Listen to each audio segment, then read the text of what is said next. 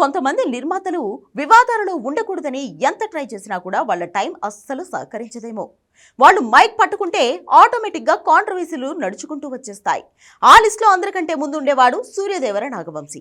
మనోడు ఏం మాట్లాడకపోయినా పర్వాలేదు, జస్ట్ మైక్ తీసుకుని అలా ఒక సెటైర్ వేశాడంటే చాలు సోషల్ మీడియా మొత్తం చింటూ హవా నడుస్తుంది.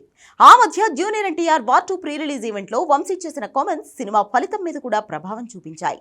సినిమా బాగా లేకపోతే ఎలాగో సోషల్ మీడియాలో నన్ను వేసుకుంటారు కదా, ధైర్యంగా చెబుతున్న జూనియర్ ఎన్టీఆర్ అభిమానులు కాలర్ ఎగరేసుకునే సినిమా ఇది అవుతుంది అని నమ్మకంగా చెప్పాడు నాగవంశీ.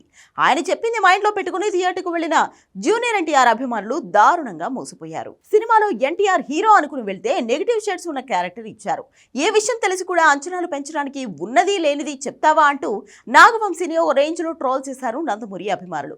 అప్పటి నుంచి మనోడు బయటికి రావడం మానేశాడు, వచ్చినా మాట్లాడడం మానేశాడు. దానికి ముందు విజయ్ దేవరకొండ కింగ్డమ్ సినిమా ఈవెంట్ లో కూడా నాగవంశీ ఇచ్చిన స్పీచ్ వైరల్ అయింది. అందుకే తాజాగా కొత్త లోకం సినిమా సక్సెస్ మీట్ లో సుమా మాట్లాడమని మైక్ ఇస్తుంటే నేను మాట్లాడనని చెప్పేశాడు. దుల్కర్ సల్మాన్ నిర్మించిన ఈ సినిమాలు తెలుగులో సితారా ఎంటర్టైన్మెంట్స్ రిలీజ్ చేసింది. ఈ సినిమాకు డబ్బులు బాగానే వస్తున్నాయి. ఈ విషయం పక్కన పెడితే స్టేజ్ మీద మాట్లాడకపోయినా స్టేజ్ కింద హీరో దుల్కర్ సల్మాన్ ను పొగిడే క్రమంలో తెలుగు సినిమాలను తెలియకుండానే తక్కువ చేశాడు నాగవంశీ. కేవలం 30 కోట్లలో ఇంత క్వాలిటీ సినిమాలు మీరు ఎలా తీస్తున్నారు, మాకు అర్థం కావడం లేదు. మీ వల్ల మాకు తలనొప్పులు వస్తున్నాయి. మేము ఎలాంటి సినిమా తీసినా 100 కోట్ల బడ్జెట్ దాటిపోతుంది అంటూ కామెంట్ చేశాడు నాగవంశీ.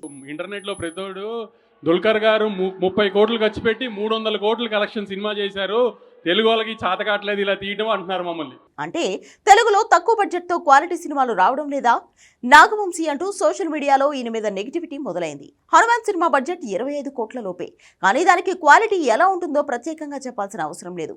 ఇప్పుడు విడుదలకు సిద్ధమైన మిరాయ్ బడ్జెట్ కూడా మిగిలిన పెద్ద సినిమాలతో పోలిస్తే తక్కువే.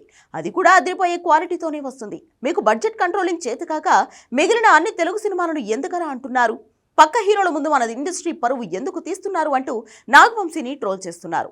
మీకు దుల్కర్ సల్మాన్ డేట్స్ కావాలి అంటే పర్సనల్ గా వెళ్లి ఆయన్ను పొగడండి, అంతేకాని తెలుగు సినిమాను తగ్గించకండి అంటూ గట్టిగానే సెటైర్లు పడుతున్నాయి. మొత్తానికి వంశీ మాట్లాడినా మాట్లాడకపోయినా కనిపిస్తే చాలు ట్రెండ్ అవుతున్నాడు.